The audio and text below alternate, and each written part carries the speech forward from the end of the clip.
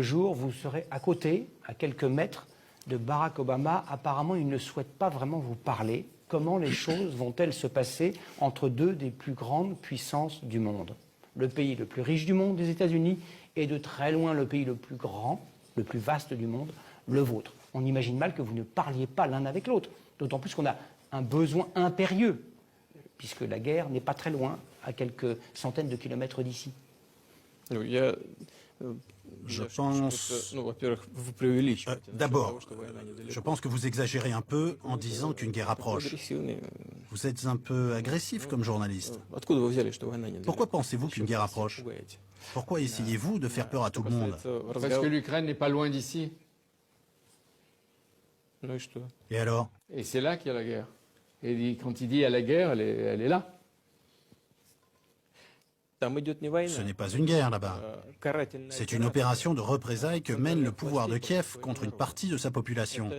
Ce n'est pas une guerre étrangère, il y a là une grande différence. Et ça doit cesser, ça doit s'arrêter.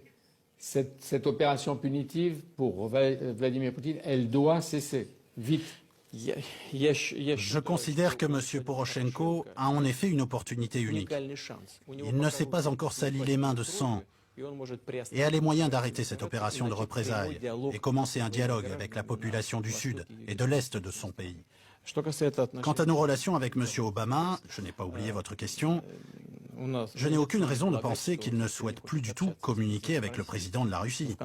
Mais c'est à lui de décider après tout. Je suis toujours prêt pour le dialogue, car le dialogue est le meilleur moyen de se comprendre. Jusque-là, nous étions toujours en contact. Nous avons régulièrement parlé au téléphone. Monsieur le Président, il est heureux d'une certaine manière que vous ayez affaire le 6 juin à Barack Obama. Si vous aviez affaire à Hillary Clinton, les choses tourneraient peut-être mal. Elle a dit il y a quelques jours que ce que faisait la Russie en ce moment en Europe centrale ressemblait à ce qu'Hitler faisait dans les années 30. Vous avez pris ça comme l'injure suprême en tant que citoyen et président russe?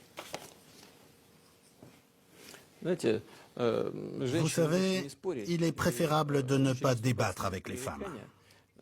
Quant à Mme Clinton, elle n'a jamais été trop subtile dans ses déclarations. Mais cela ne nous a pas empêché de la rencontrer lors de différents événements internationaux et de discuter normalement.